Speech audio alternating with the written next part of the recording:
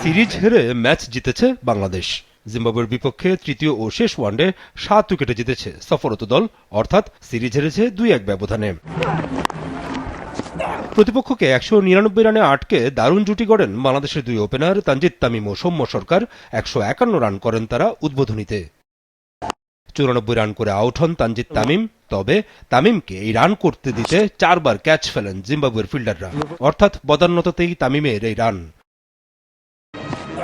আর প্রথম উইকেট হিসেবে সৌম্য আউট হওয়ার আগে করেন 69 রান। সিরিজে তার ব্যাট হাসল, তবে সেটা বড্ড দেরিতে। এই দুই ব্যাটার ছাড়া ইনিংসে আউট হওয়া আরেকজন তাওহিদ হৃদয়।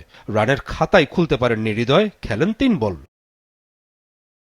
200 রান তুলতে শেষ পর্যন্ত 36 ওভার লাগে বাংলাদেশের।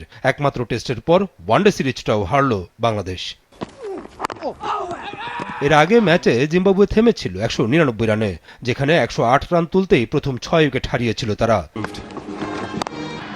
দুই মিডল অর্ডার ব্যাটার ওয়েসলি মাধেভেরের 75 ও ব্র্যাড ইভান্সের 50-এ দলীয় এই স্কোর পায় জিম্বাবুয়ে।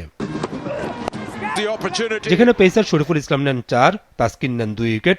আর সিরিজের প্রথম ম্যাচ খেলতে নামা পেসার সাইফুদ্দিন 1 ও স্পিনার তানভীর নেন 2 উইকেট।